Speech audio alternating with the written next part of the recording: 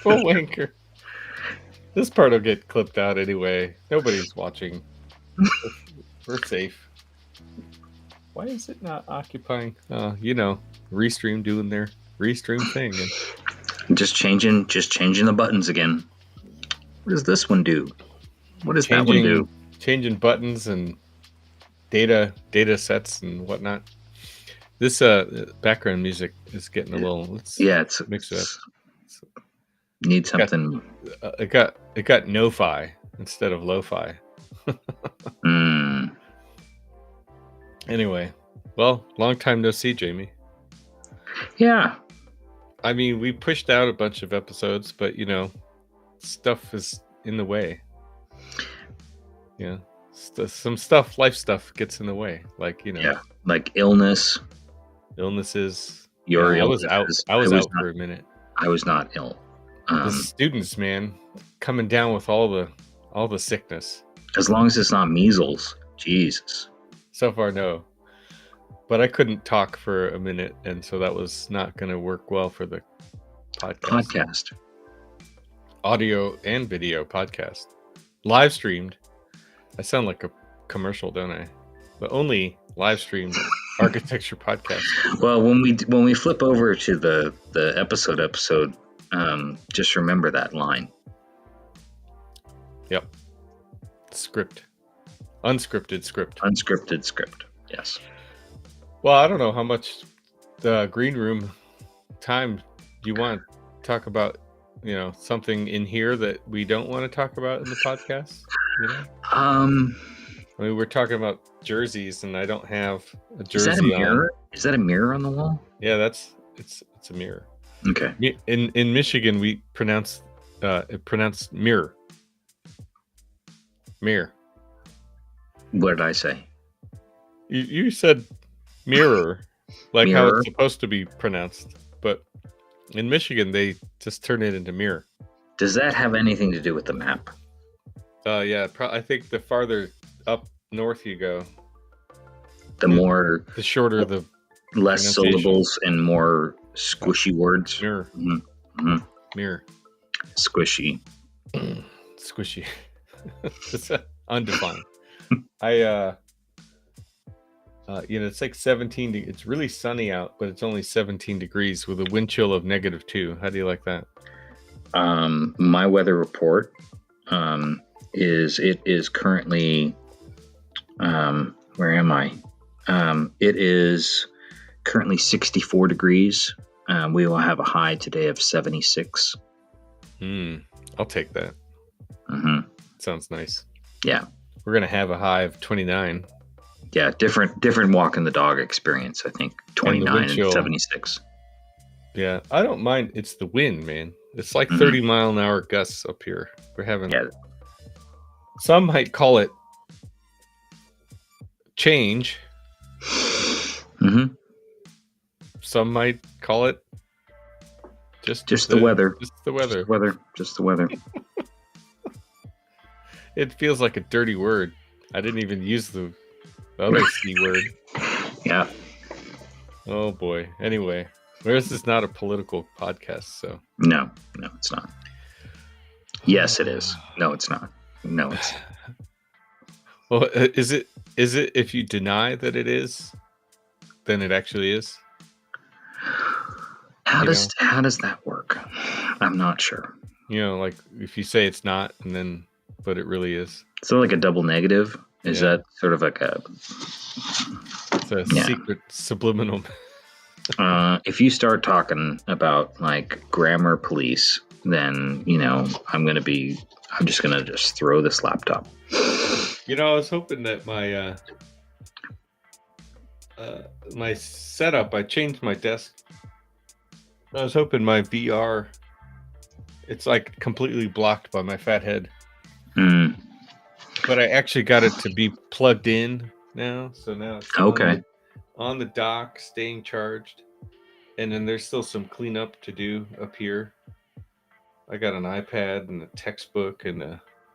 Get like one book. It's a really robust library you've got there.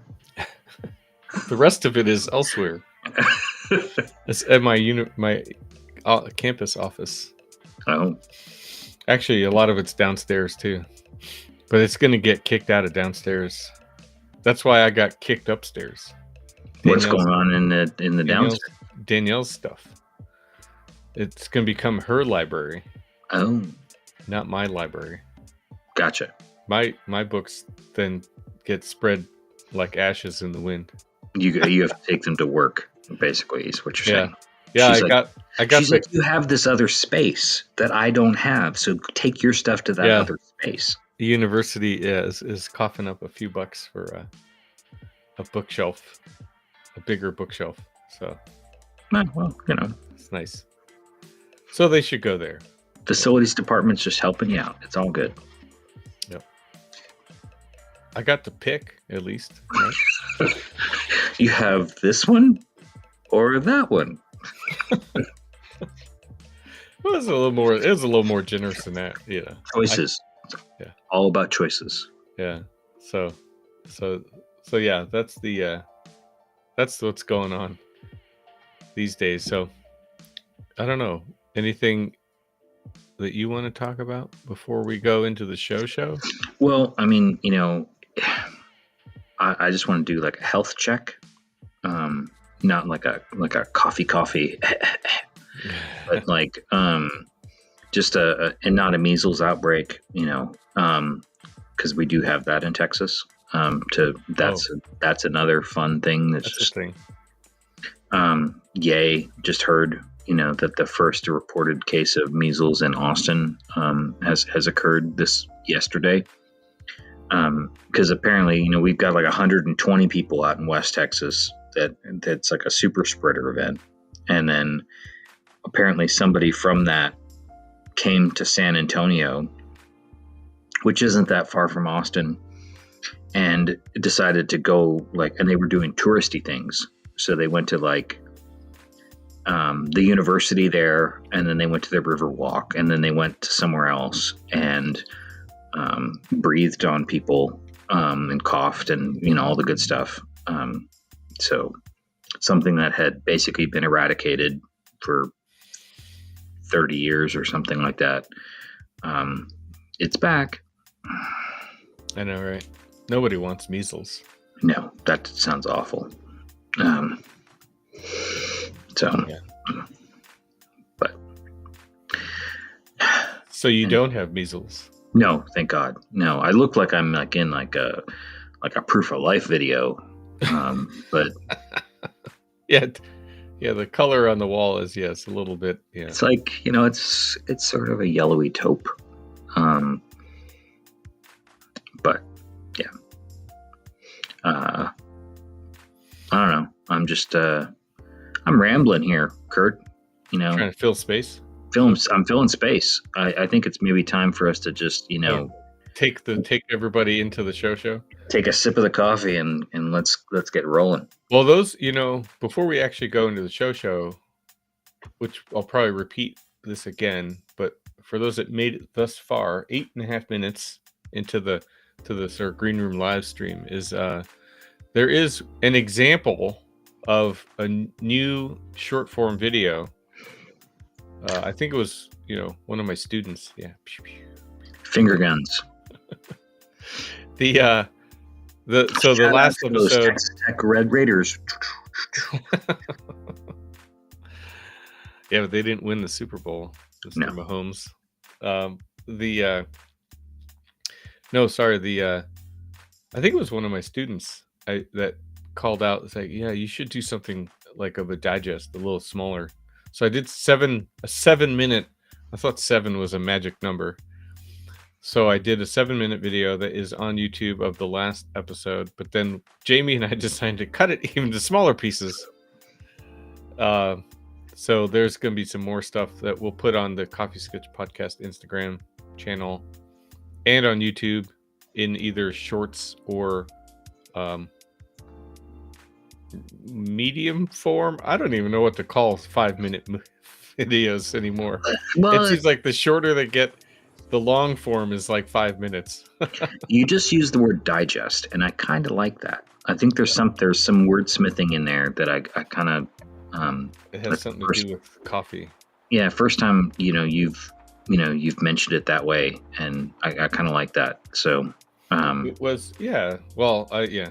Back in the day, for us that remember Reader's Digest, yeah, it's the Coffee Sketch Podcast Digest. that was like a book with paper and like it showed up in your mailbox. every month. Yeah, there was like a postal service still then.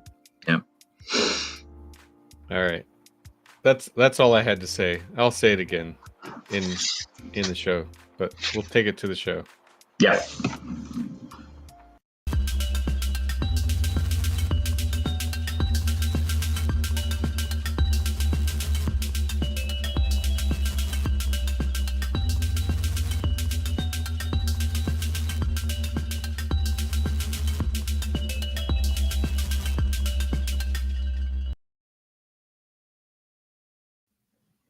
Hey, Jamie. How's it going? Good morning. How are you? Good morning. It is morning. It is morning. Yes, thank you. We Cold morning. we just sort of shifted gears a little bit, folks, and decided that both of us had some different things kind of going on, some illnesses and travel and work and students, and Kurt rearranged his whole house. So I mean, there's stuff going on, and the podcast sort of took a back seat for a moment, but we haven't neglected it. We did drop 3 episodes that Kurt has expertly edited for us here in due time. So we're all caught up, and this is kind of great because we also have some other fun features that we're sort of experimenting with on the podcast too, because we are the only architecture podcast that is live streamed on Twitch and YouTube. I think that's what Jamie wanted me to say. Exactly. So, but with that, we are experimenting with some other things that Kurt pointed out that even one of his students, kind of picked up on some suggestions, and I think that we're sort of wordsmithing, we're workshopping what we might call these things. So, for our friends and listeners out there, if you've got some ideas, there's a lot of creatives that do listen to this, thankfully, and occasionally do send us some ideas. Or anyhow, yeah. Well, yeah. So yeah, shorter versions, little sips of podcast. There you go. You wait. You always do this. You did this last time. Is like Surprise. we're going for that Coffee Sketch Podcast Gold. It's definitely in Kurt's cup, and he waits for to tee up the episode to just start to drop those little nuggets. Yeah. It's these big headphones, right? Mm-hmm. They absorb a lot more electromagnetic frequency. Oh, so you traded in the tin hat. So that's right. Yeah. Oh man. No more aluminum foil over the dome. So yeah. It was distracting. There was a little glare. There was a little glare problem. A little shiny, yeah. Especially with my new office layout here, my workspace. It's still a work in progress, people. I got the eye chart, for daily checkups. When you're working in design software a lot, gotta protect those eyes. So anyway, so let me just say, because I in between rootless runs, I just talk about what I'm drinking in my Stan Lee cup. I might just do a comic book sketch just for you because you did that name drop. Yep, for Stan. The it is a Guatemalan medium roast. Do you guys have Aldi down in Texas? Aldi? We do. In parts of Texas, there is the Aldi. Mm-hmm. It's not. I'm not trying to promote or unpromote, Aldi, but with one local, nearby, the Flint headquarters. You're saying that the gas station coffee at Aldi is not too bad? Yeah, exactly. It's a Guatemalan, right? So you go with the country, stick to your country. Yeah. So it's a pride thing. We're all immigrants at the end of the day. So, yeah. So that's what I got. What do you got? Well, I'm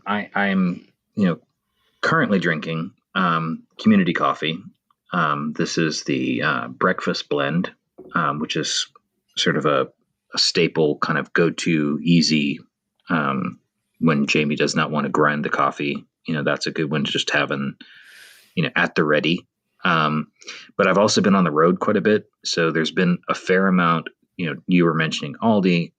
A fair amount of Buc-ee's coffee has been consumed. Over the last few days. I was explaining to Kurt why I had to postpone our last installment of recording session. Our live stream recording session for the podcast was that I was driving on your way to Buc-ee's 5.5 hours to a project site and then 5.5 hours back because yes, Texas is big. Yeah, it's a long day. That's a tough job, man. Well, I mean, I that would have been, a younger version of me would have totally done that trip that way. I would have gotten up at like stupid time and driven stupid hours and then been totally on adrenaline pumping, smart, all that stuff, take lots of photos, tour all the buildings, climb on all the ladders, and then hop back in the car and then get those Buc-ee's coffees like back in me and just keep going. This time I broke up the trip. So I did part 1 and then part 2 and then part 1 and then part 2. So yeah, it adds up somehow. All right. Yes. Yeah. So you're just trying to say that Buc-ee's coffee is elite, I don't know if it's coffee. It's so consistent though. I think there's a level of, their bathrooms are very clean too. So that's, the expectations of the certain things. However, I've thought about this recently is, sort of the there that we talk about sometimes with architecture in this, sort of the urban environments and sort of the, designing a downtown and sort of like the uniqueness of place versus sort of sprawl, right? So why does sprawl kind of get a bad rap? Well, it's because there's no there. There's no kind of individuality of it. Like if you dropped somebody, into a sprawl community or something like that with a blindfold on, took the blindfold off, and then asked them where they were, they wouldn't necessarily know, right? And so I think they would say Rancho Cucamonga. Sure, exactly. And that could be in Southern California or Idaho. That's where we are right now. But on this tangent that I'm on with gas station coffee is that I think that places like Buc-ee's, it's sort of, once you're inside that, environment with the lights and the layout and the, moving people. I mean, there's so many people in these places. It's crazy. And all the stuff that people like, you wouldn't like, and they're constant. Like, I don't know who.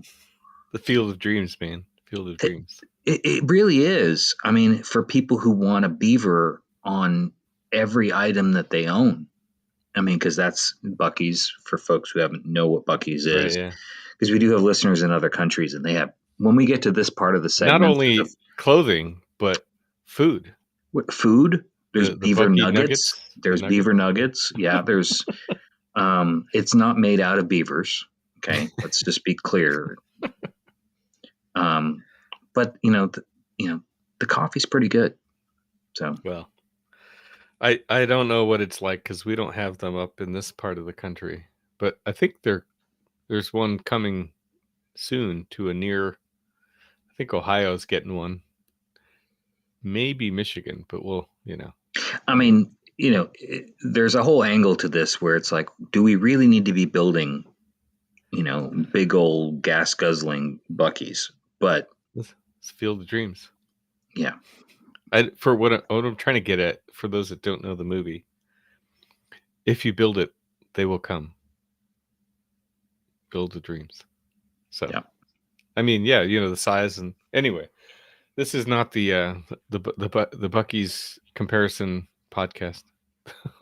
I mean, one of You think there might be one out there? I mean, well, I don't know. I mean, there probably is. There's a podcast for everything, right? I mean, hell, there's a podcast for two guys living in two different states talking about coffee and architecture. So and sketching, and sketching. But pretty I mean, good. Yeah, Field of Dreams. That's a low key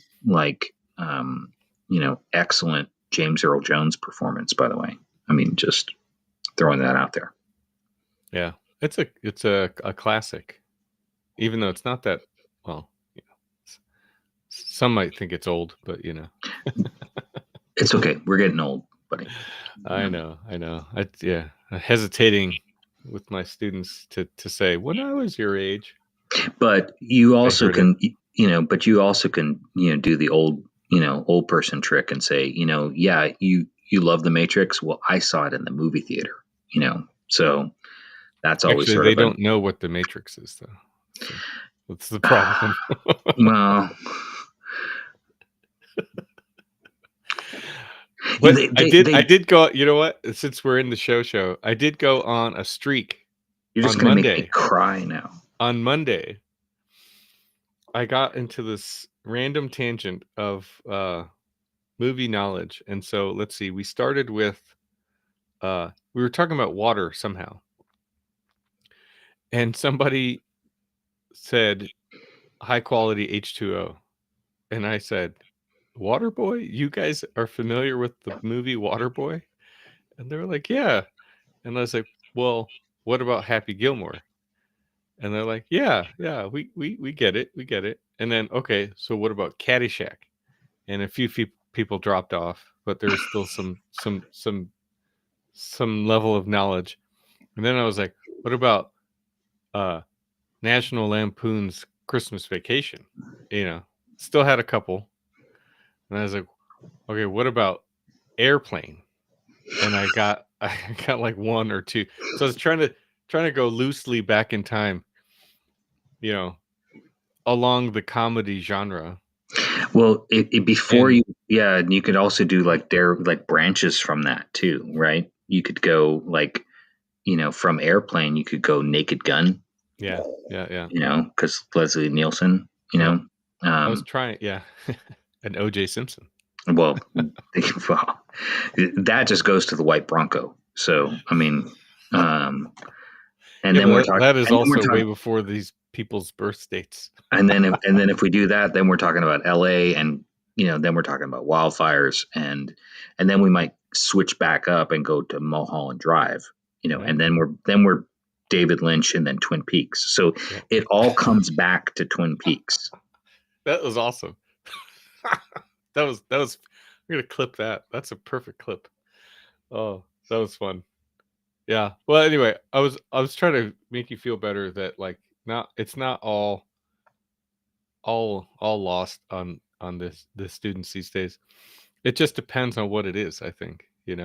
Well, I will just, in this sort of our cultural catch up, of our daily lives, I'll just say that I just bought tickets with two friends to go see Wu-Tang and Run the Jewels. So, yeah. They're coming to Detroit in July. I think I'm going to get those tickets too. My favorite local watering hole here in Flint at the farmers market, there's a little tap room, and there's a guy, a neighbor, he's a friend, He DJs on Tuesday nights, plays a lot of stuff, a lot of interest, diverse stuff. He used to be head of security for Run the Jewels. I thought, oh, that's cool, man. Small world. Crazy. You should go with him. I'm gonna see if he's That gonna would be, get us some tickets. You should go with him to the show. And I will. That's the advice part of this podcast. So yeah, that was a more diverse intro. We went all over the map in a good way. In a good way.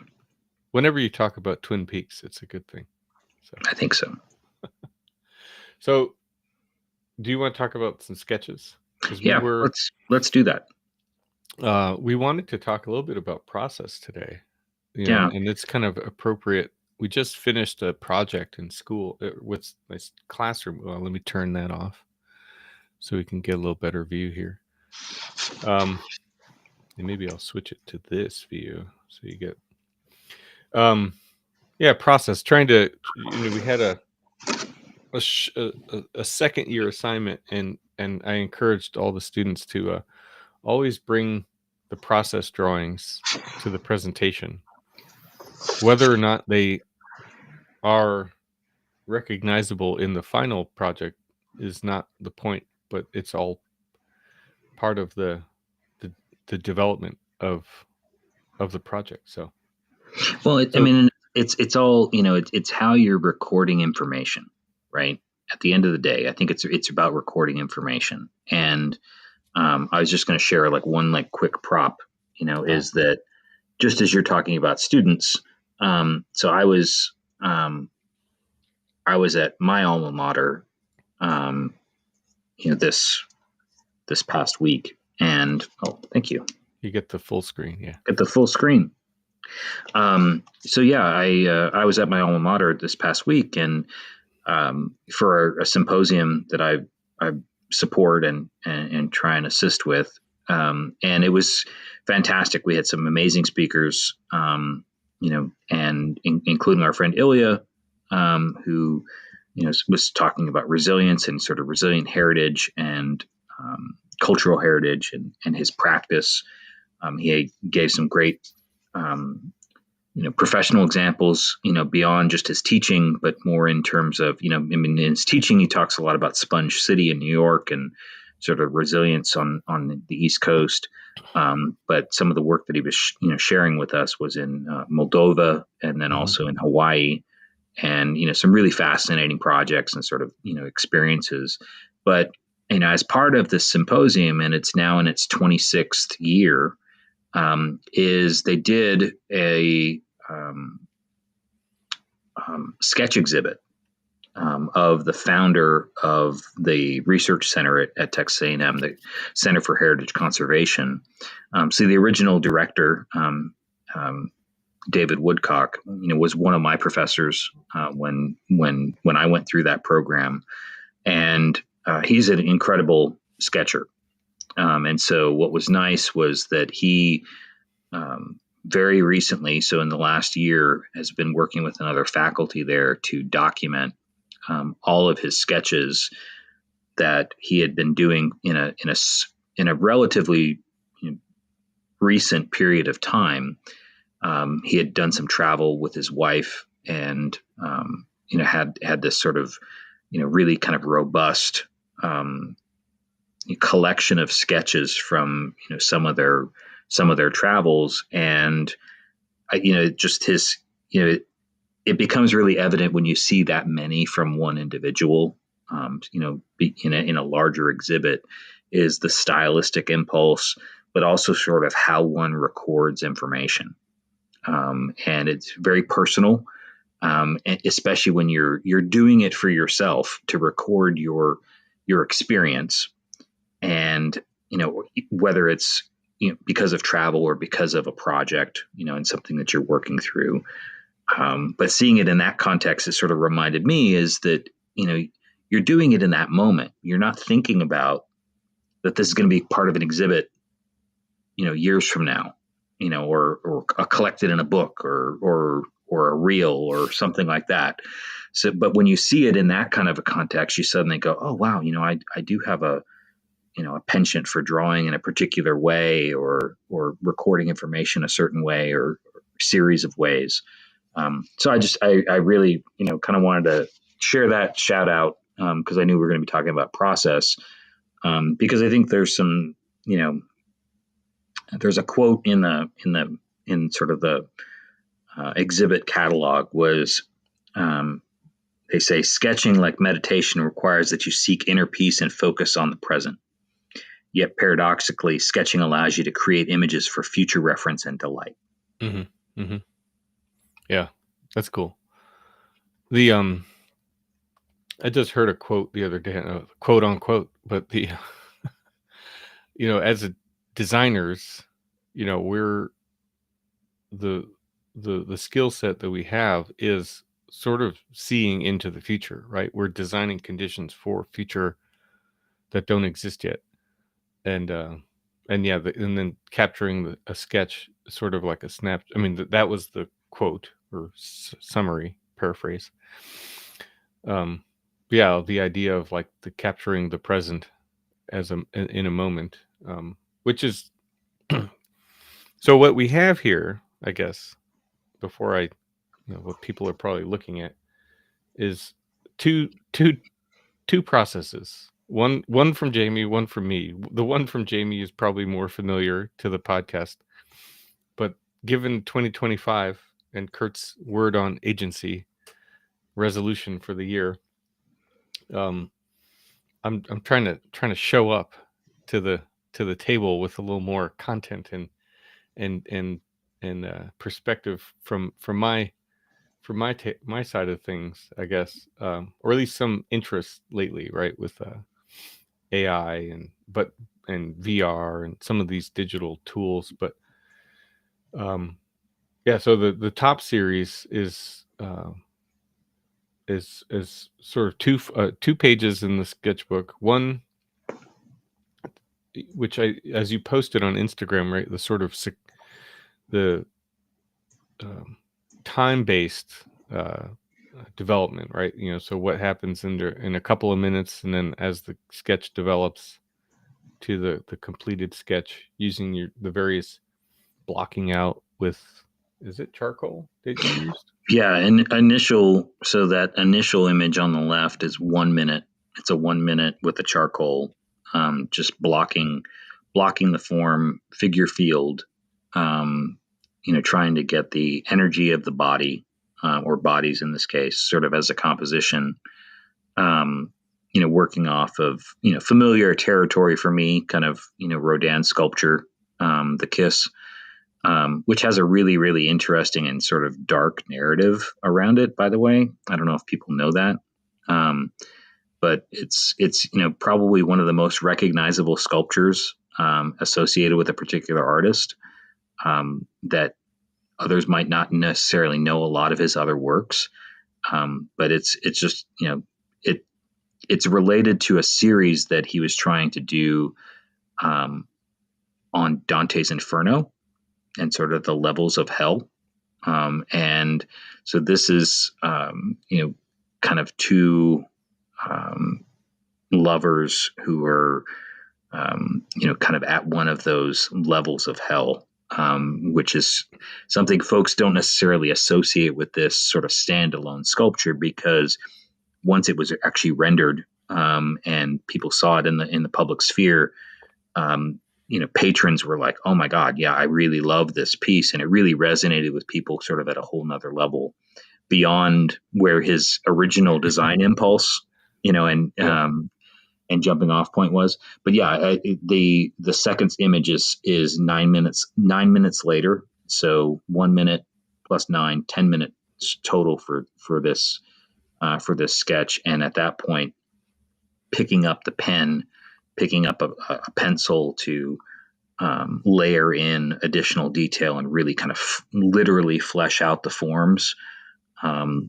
figuring out what those light sources actually are, getting those highlights, based on the original kind of formatting from the charcoal. Yeah, that's cool. And then the point you brought up about the like the narrative of Rodin's, the conceptual narrative, origin of the of the sculpture has sort of a different angle than what how the patron is receiving it, right, visually. And the same thing would happen with a architecture project, right? What's going on in your head and how you're manifesting it in drawings and model and things like that. The person reading it, the juror, the professor or the guest or even a client or someone like, will apply a different meaning or reading of their own to the design, which I think is the better or enhanced sort of bigger picture, right? It's not just about you and a singular idea, but a collective of how that comes to be as a either piece of art or a building. You don't necessarily own it all alone, right? Well, and it's just sort of like, where do these ideas come from? And as these ideas develop, we need to recognize your own process. Like, oftentimes when I resort to this timed exercise with really particular, before I start to sketch really particular elements that I'm going to use or a subject matter I'm familiar with, it's because I'm trying to kind of restart a creative process. Like, you get in a rut. And so this is one of the exercises that I use to sort of get myself, reset. This is the Control Alt Delete. This is the this is the reboot for me. Yeah.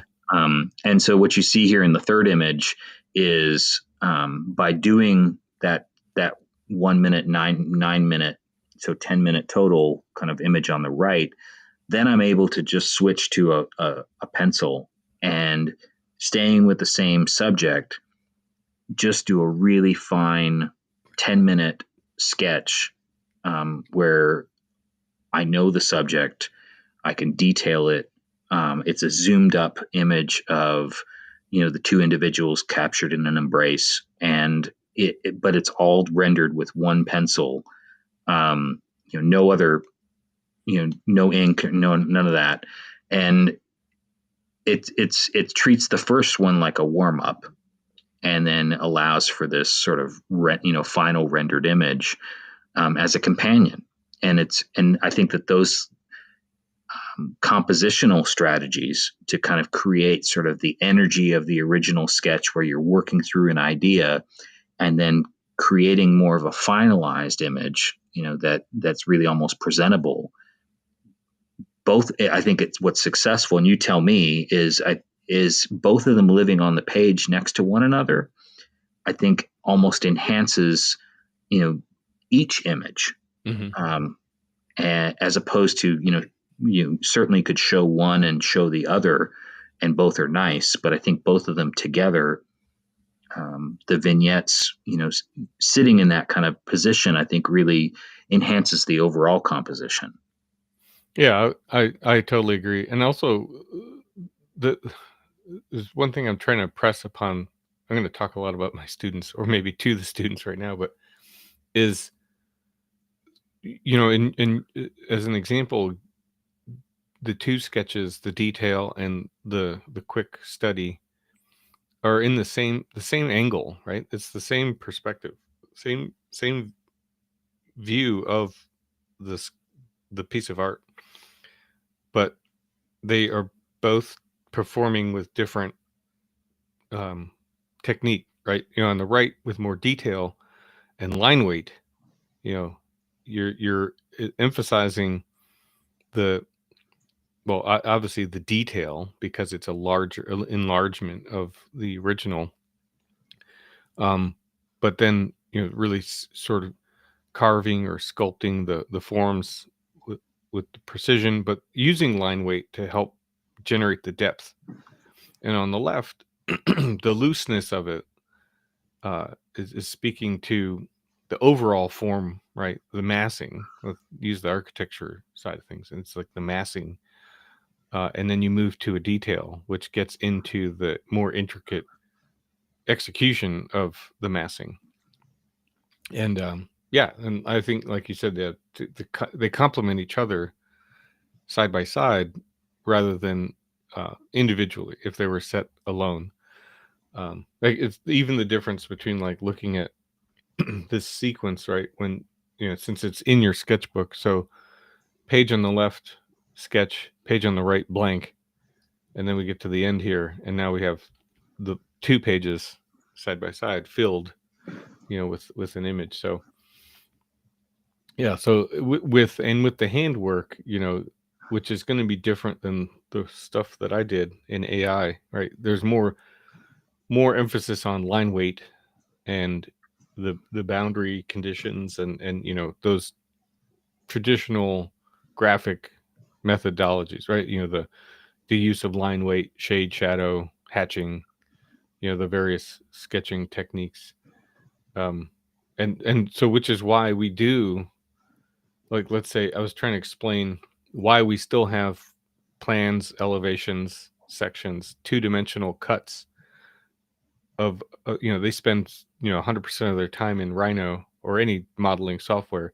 So they're constantly looking at things three-dimensionally, which is good because they're thinking three-dimensionally, but using the traditional two-dimensional images are there to express particular information about the building and the art. In your case, I'm using the example, and and and so that's why because there was a couple of examples yesterday where the students were sort of pushing. It's all digital for the most part, and so slide based presentation, and they would just kind of push through faster on the 2D drawings because to them, I think they seem boring compared to three-dimensional renderings and things like that because it's less spatial. That's when I was going back and saying, like, but if you exaggerate some of the line weight here, like, and create more depth, maybe even add shadow, pick a sun angle, and then the shadow reveals even more depth and mystery about the spaces that you're creating.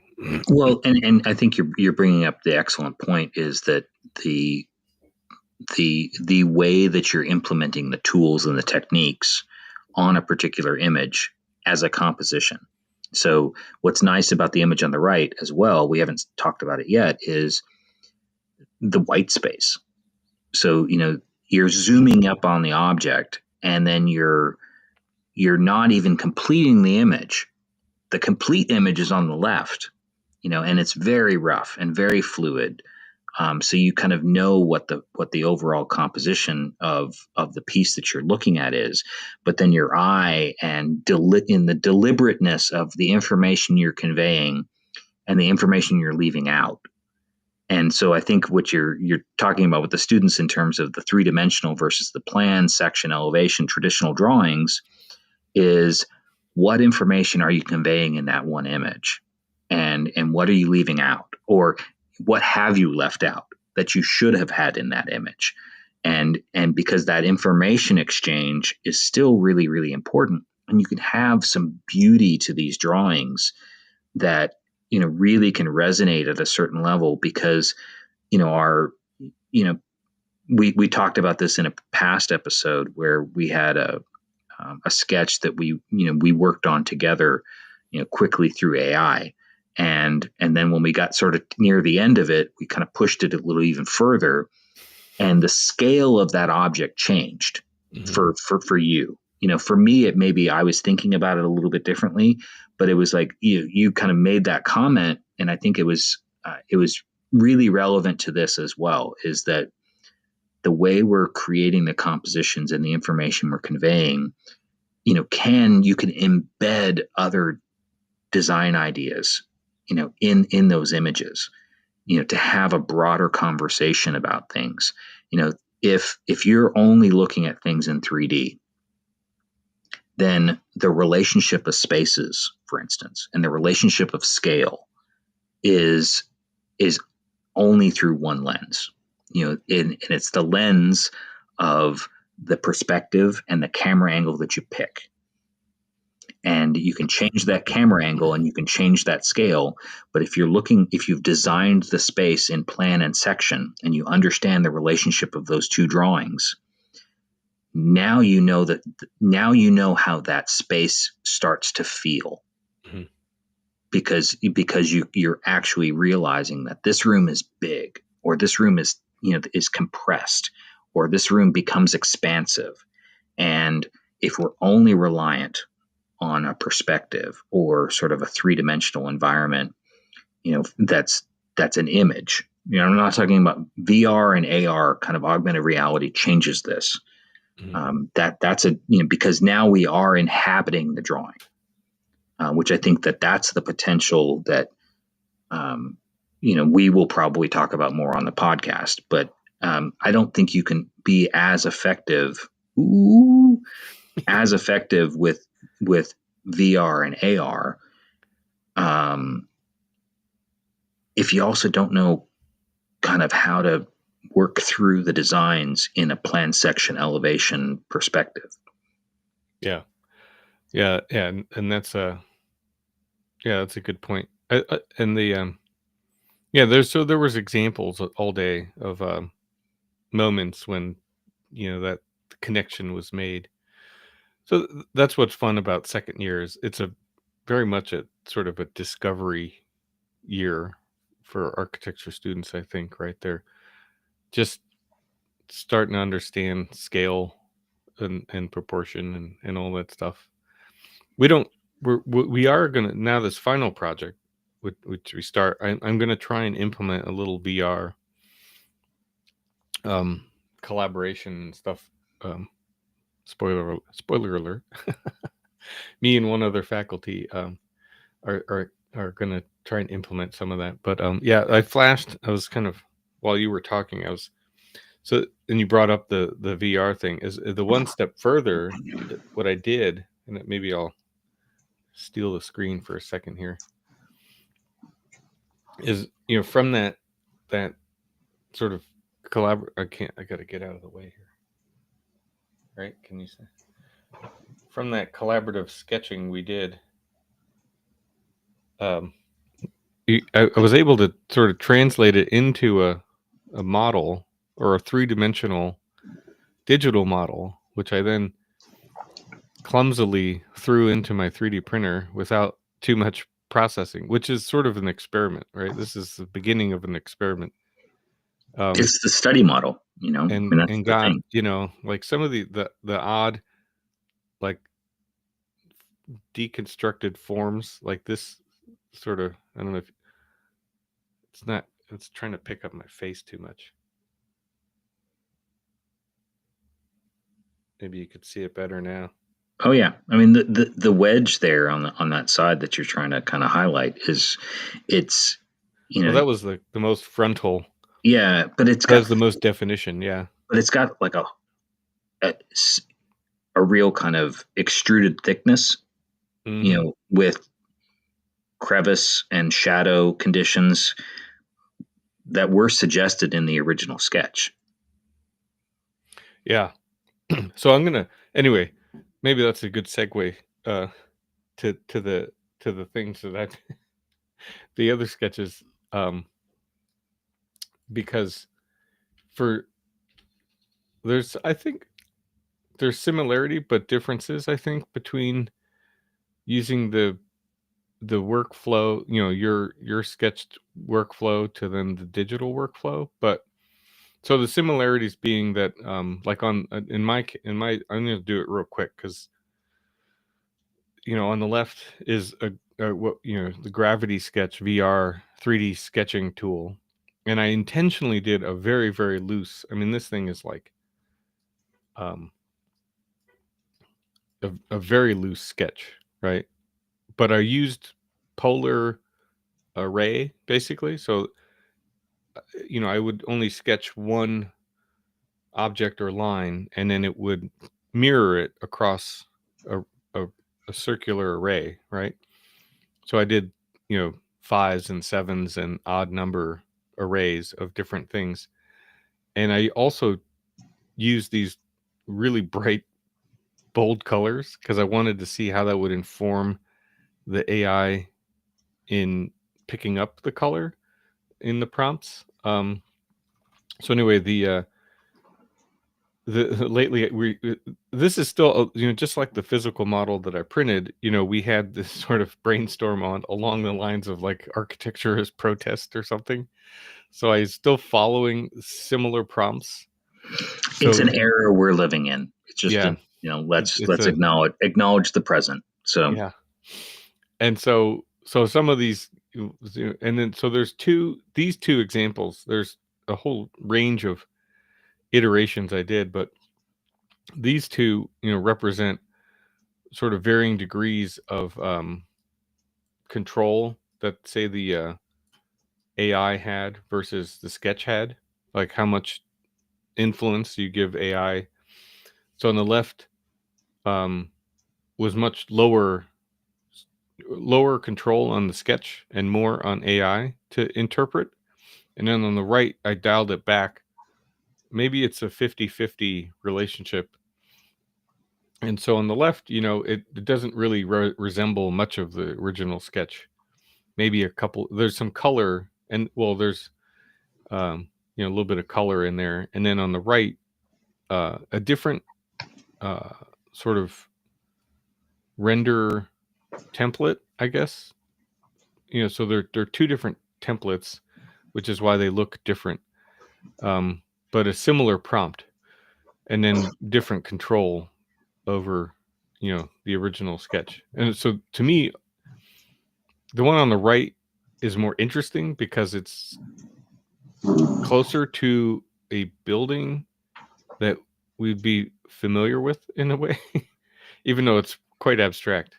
The one on the left is a little bit more like a video game or something out of like, Blade Runner or something, which I also don't mind, but well, but I think what's interesting, even between the two images that we're talking about, is that the scale difference is also as much as there's stylistic difference that you're describing.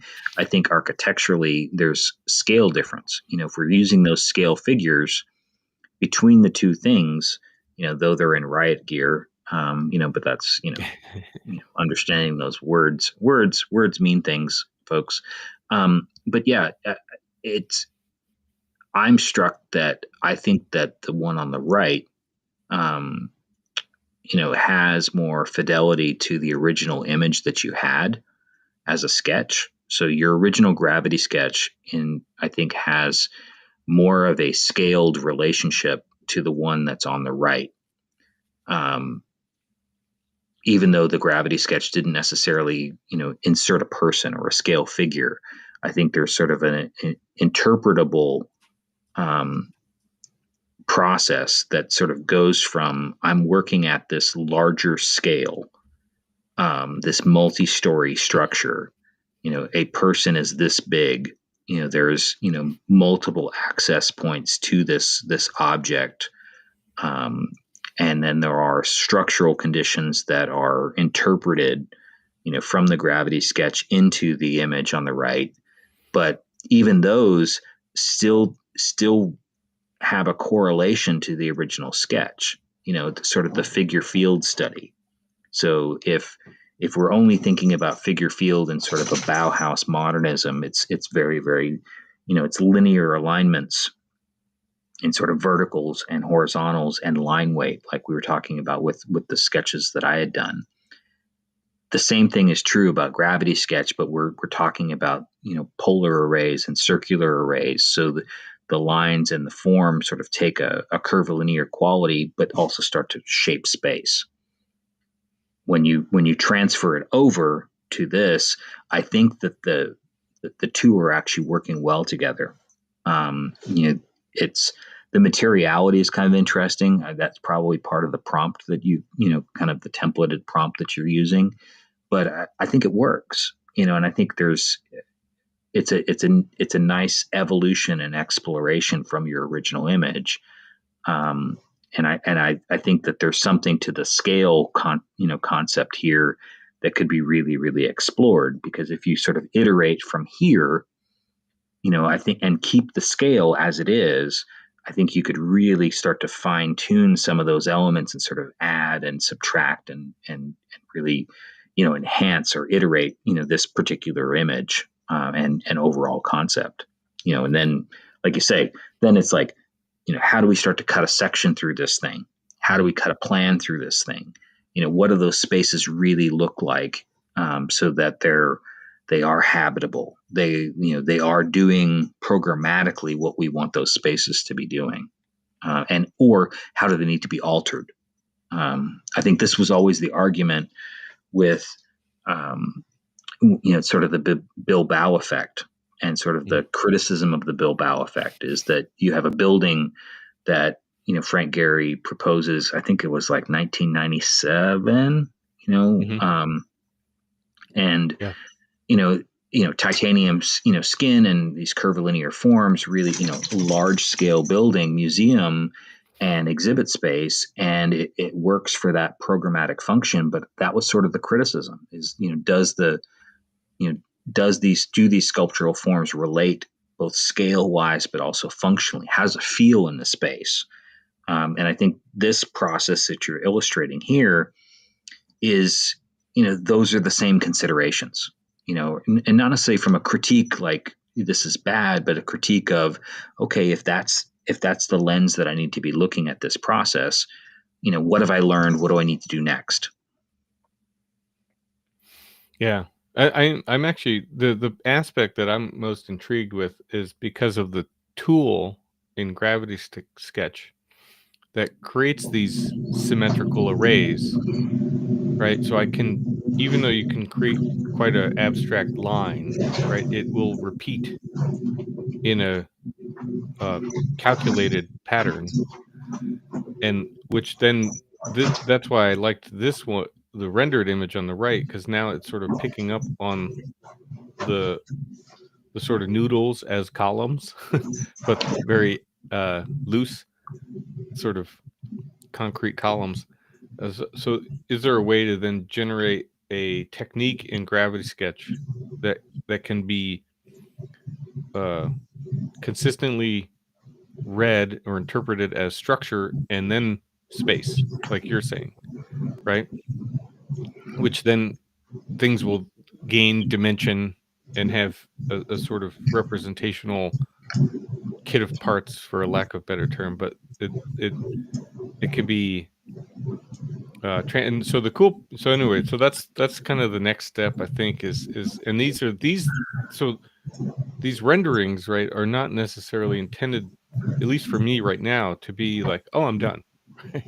Right? There's still another version of a sketch that then sort of informs another round of drawing exploration to sort of fine tune and develop. And so within Gravity Sketch, you can access Viscom, which is the AI rendering tool that I'm using, without leaving Gravity Sketch. So I can grab a screenshot, dump it into Viscom, and then run prompts, without taking the headset off, which is pretty cool. I think, kind of an interesting.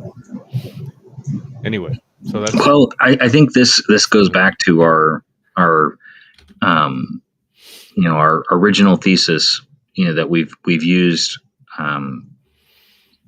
collectively, but I introduced it, I guess, maybe you to my thinking on it, and then you've experienced it sort of with some of your work, and so it's resonated with both of us. But as we talk about process versus product, and you're describing, just your images here, I think it also speaks to the form follows fiction, right?